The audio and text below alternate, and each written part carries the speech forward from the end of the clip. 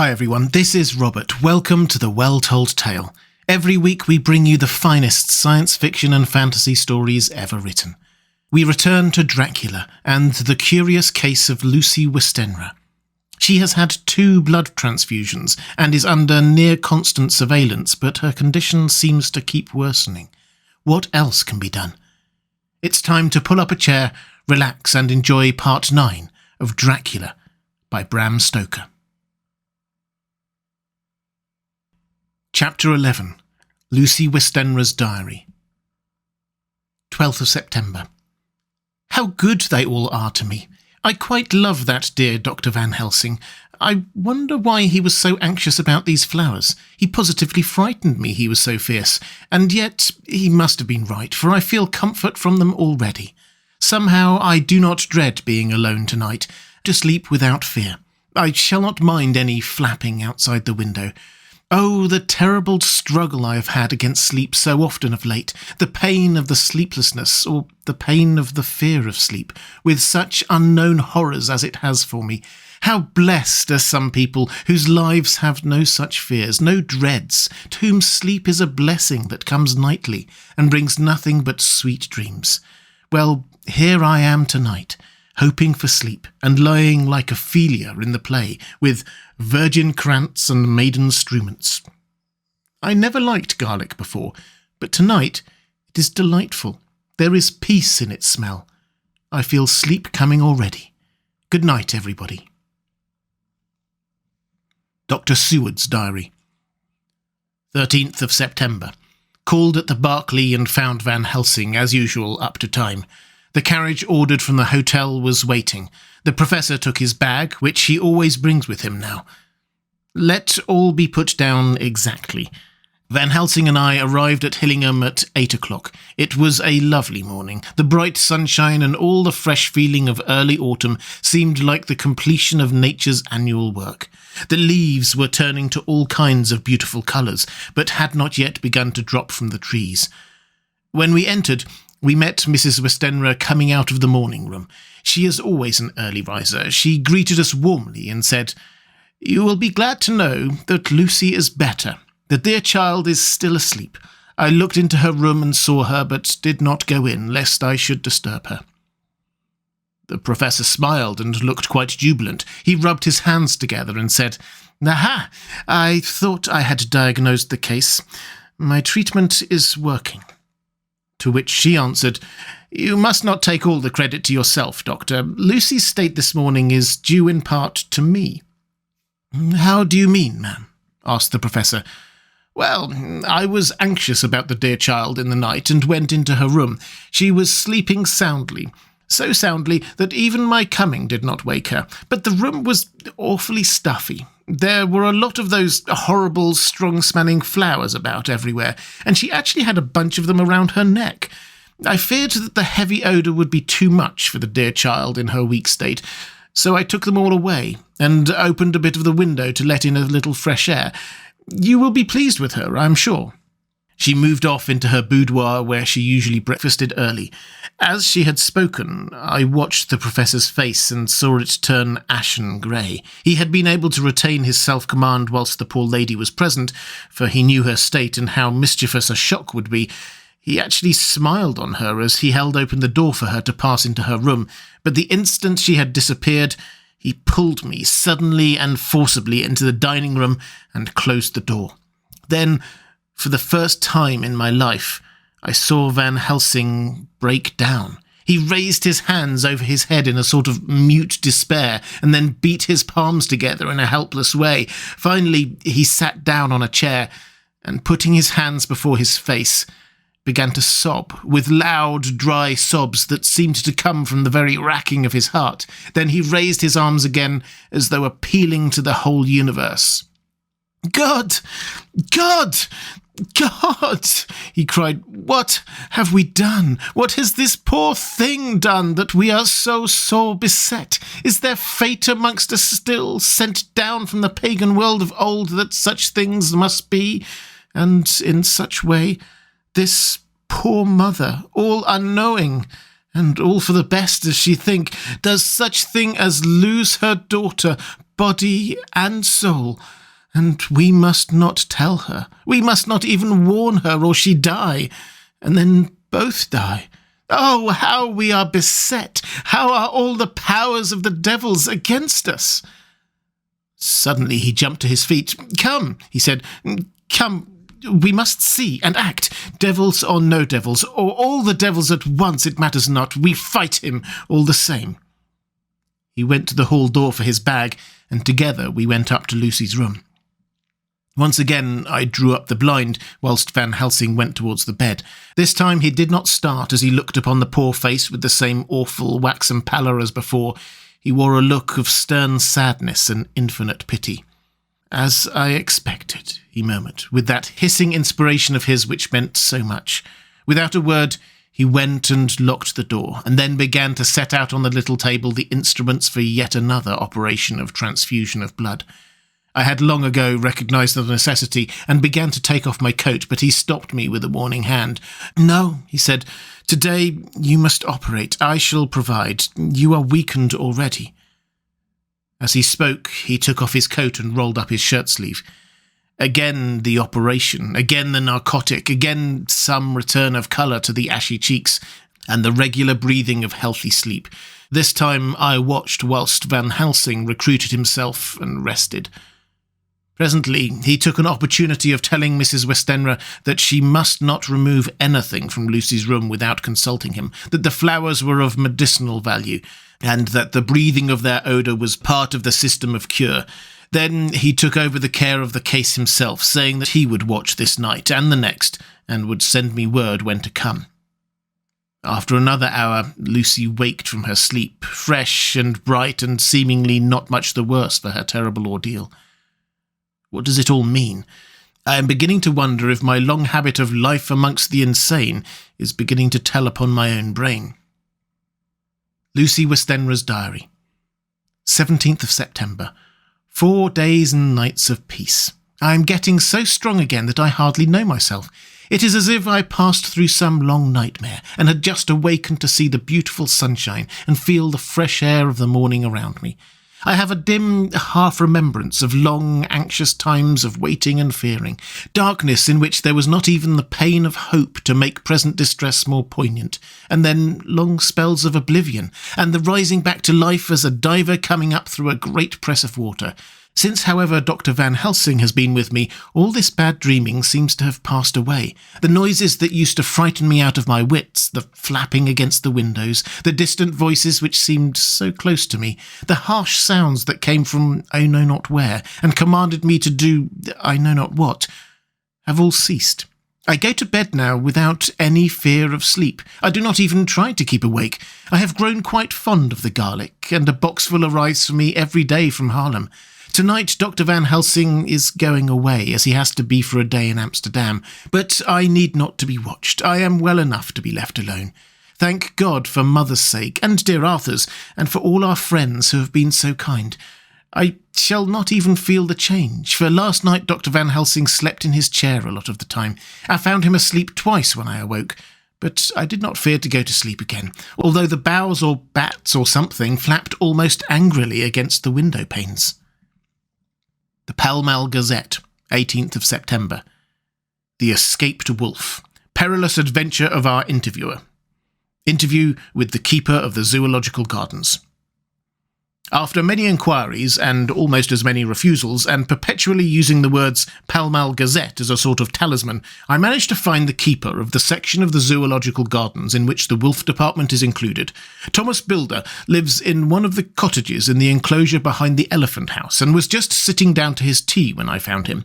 Thomas and his wife are hospitable folk, elderly and without children, and if the specimen I enjoyed of their hospitality be of the average kind, their lives must be pretty comfortable.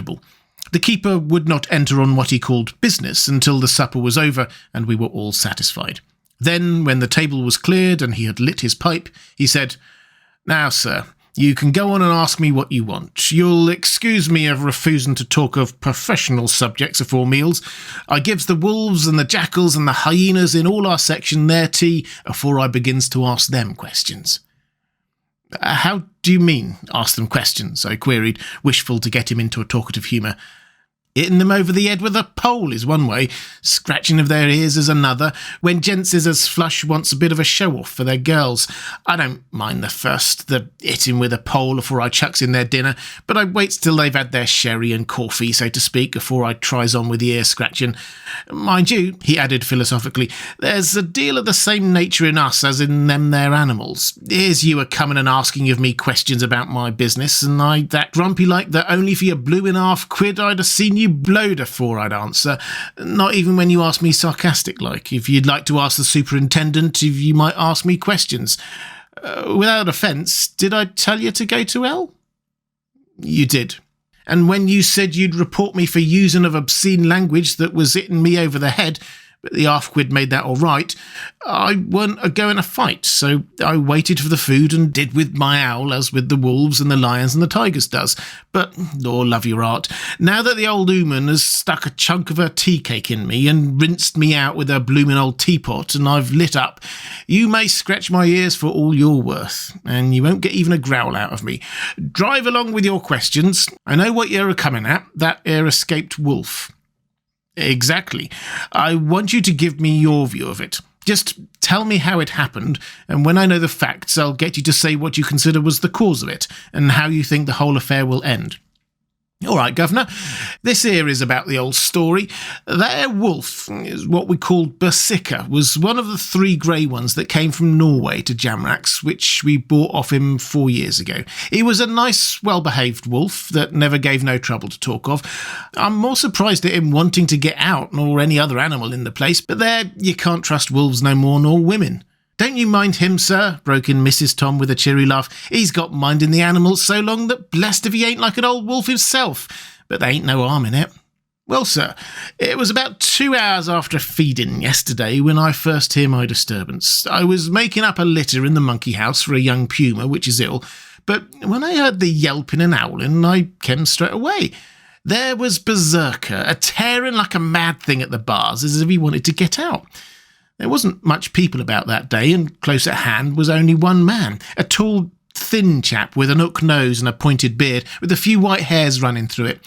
He had a hard, cold look and red eyes, and I took a sort of mislike to him, for it seemed as if it was him as they were irritated at.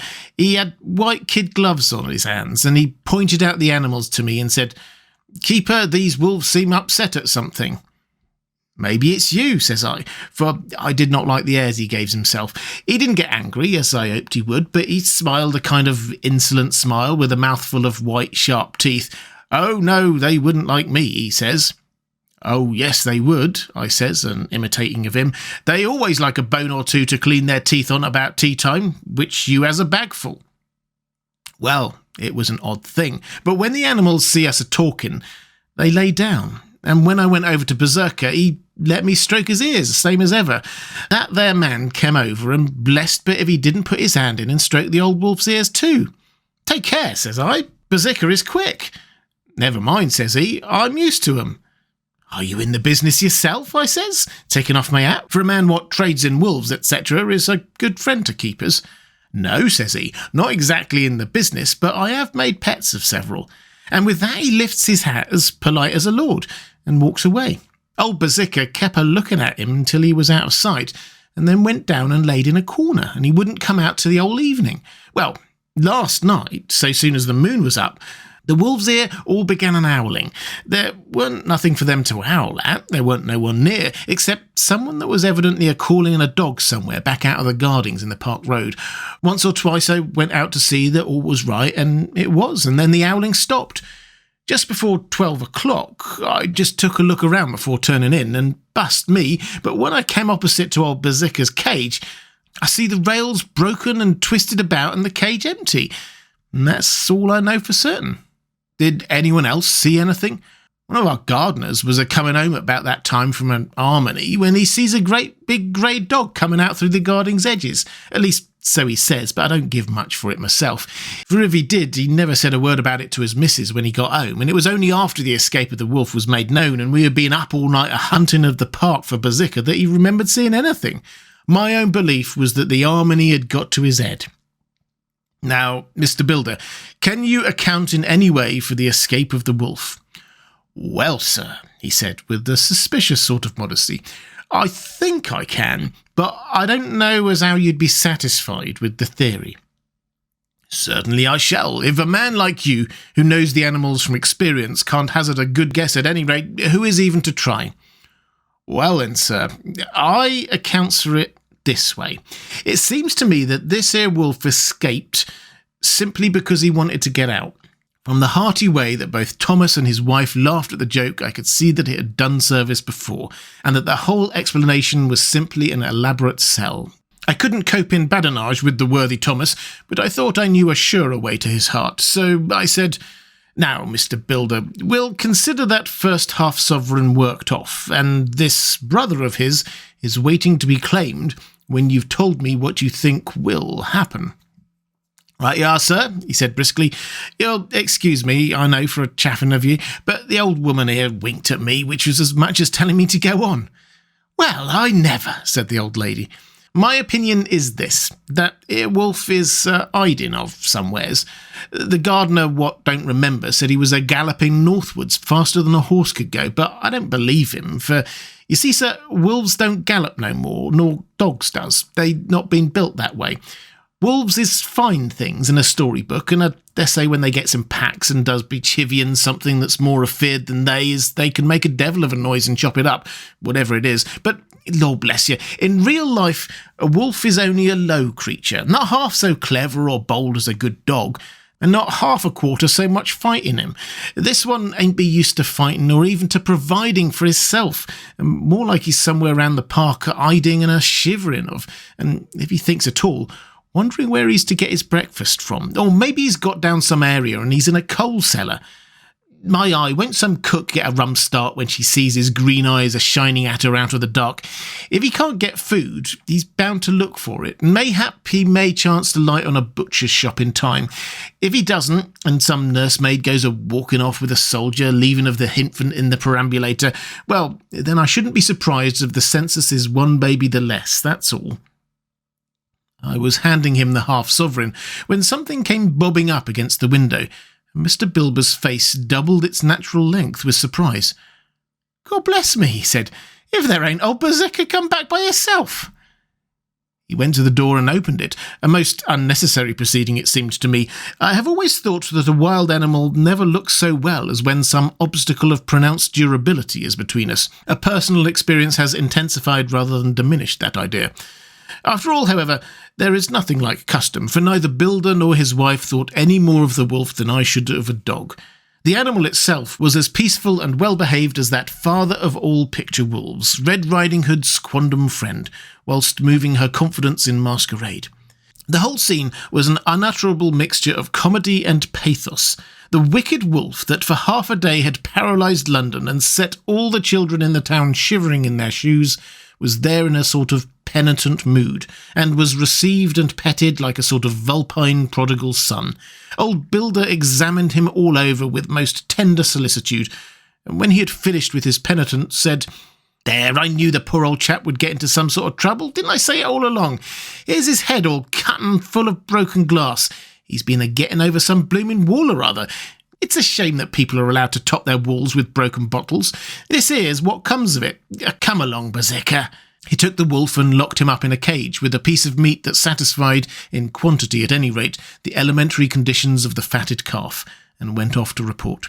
I came off too, to report the only exclusive information that is given today regarding the strange escapade at the zoo. Dr. Seward's Diary, 17th of September. I was engaged after dinner in my study, posting up my books, which, through press of other work and the many visits to Lucy, had fallen sadly into arrear. Suddenly, the door was burst open, and in rushed my patient, with his face distorted with passion. I was thunderstruck, for such a thing as a patient getting of his own accord into the superintendent's study is almost unknown. Without an instant's pause, he made straight at me. He had a dinner knife in his hand, and as I saw he was dangerous, I tried to keep the table between us. He was too quick and too strong for me, however, for before I could get my balance, he had struck at me and cut my left wrist rather severely. Before he could strike again, however, I got in my right, and he was sprawling on his back on the floor. My wrist bled freely, and quite a little pool trickled onto the carpet. I saw that my friend was not intent on further effort, and occupied myself in binding up my wrist, keeping a wary eye on the prostrate figure all the time.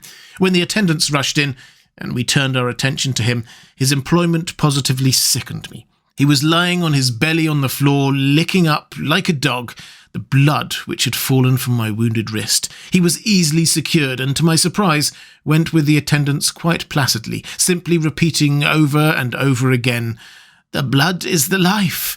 The blood is the life!" I cannot afford to lose blood just at present. I have lost too much of late for my physical good, and then the prolonged strain of Lucy's illness and its horrible phases is telling on me. I am overexcited and weary, and I need rest. Happily, Van Helsing has not summoned me, so I need not forego my sleep. Tonight I could not well do without it. Telegram. Van Helsing, Antwerp, to Seward, Carfax. Sent to Carfax, Sussex, as no county given, delivered late by 22 hours. 17th of September. Do not fail to be at Hillingham tonight.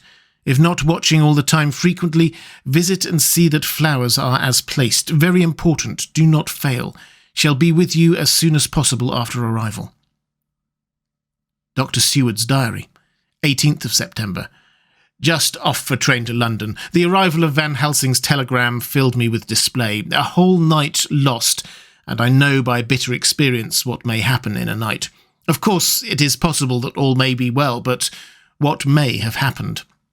Surely there is some horrible doom hanging over us, that every possible accident should thwart us in all we try to do. I shall take this cylinder with me, and then I can complete my entry on Lucy's phonograph. Memorandum left by Lucy Westenra. 18th of September, night. I write this and leave it to be seen, so that no one may by any chance get into trouble through me. This is an exact record of what took place tonight.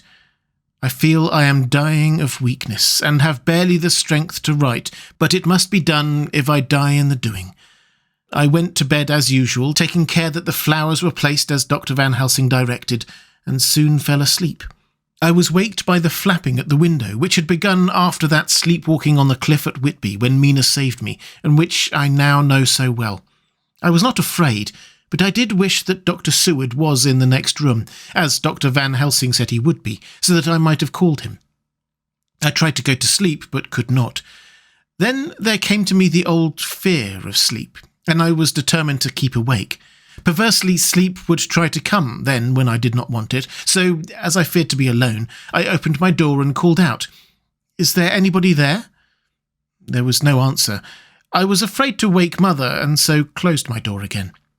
Then, outside in the shrubbery, I heard a sort of howl like a dog's, but more fierce and deeper. I went to the window and looked out, but could see nothing except a big bat, which had evidently been buffeting its wings against the window, so I went back to bed again, but determined not to go to sleep.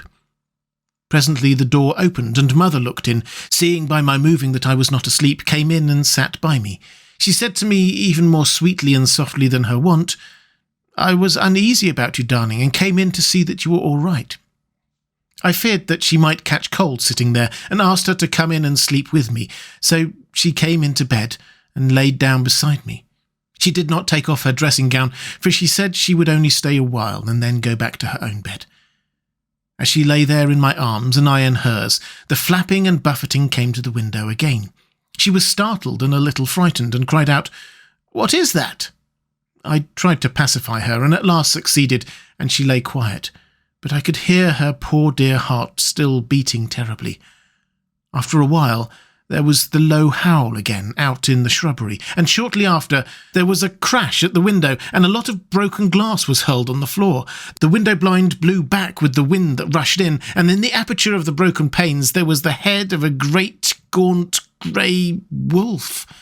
Mother cried out in a fright, and struggled up into a sitting posture, and clutched wildly at anything that would help her.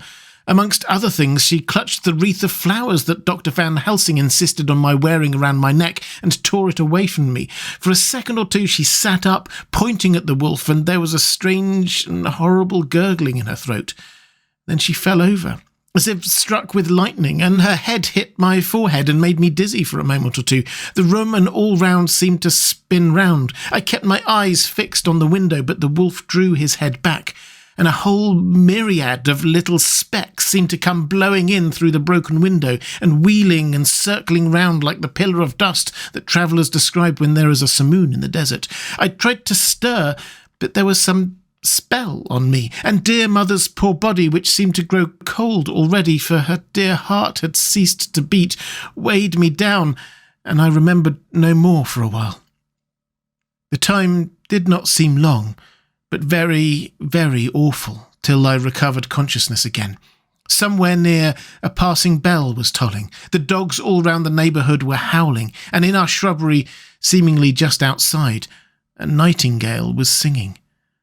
I was dazed and stupid with pain and terror and weakness, but the sound of the nightingale seemed like the voice of my dead mother come back to comfort me. The sound seemed to have awakened the maids too, for I could hear their bare feet pattering outside my door. I called to them, and they came in, and when they saw what had happened and what it was that lay over me on the bed, they screamed out. The wind rushed in through the broken window, and the door slammed to. They lifted off the body of my dear mother and laid her, covered with a sheet, on the bed after I had got up. They were all so frightened and nervous that I directed them to go to the dining room and each have a glass of wine. The door flew open for an instant and closed again. The maids shrieked, and then went in a body to the dining room, and I laid what flowers I had on my dear mother's breast. When they were there, I remembered what Dr. Van Helsing had told me, but I didn't like to remove them, and besides, I would have some of the servants to sit up with me now. I was surprised that the maids did not come back. I called them, but got no answer, so I went to the dining room to look for them. My heart sank when I saw what had happened. They all four lay helpless on the floor, breathing heavily. The decanter of sherry was on the table, half full, but there was a queer, acrid smell about. I was suspicious and examined the decanter. It smelt of laudanum, and looking on the sideboard, I found that the bottle which Mother's doctor uses for her, did use, was empty. What am I to do? What am I to do? I am back in the room with Mother. I cannot leave her, and I am alone, save for the sleeping servants whom someone has drugged, alone with the dead. I dare not go out, for I can hear the low howl of the wolf through the broken window. The air seems full of specks, floating and circling in the draught from the window, and the lights burn blue and dim. What am I to do? God shield me from harm this night. I shall hide this paper in my breast, where they shall find it when they come to lay me out. My dear mother gone. It is time that I go too. Goodbye, dear Arthur, if I should not survive this night. God keep you, dear. And God help me.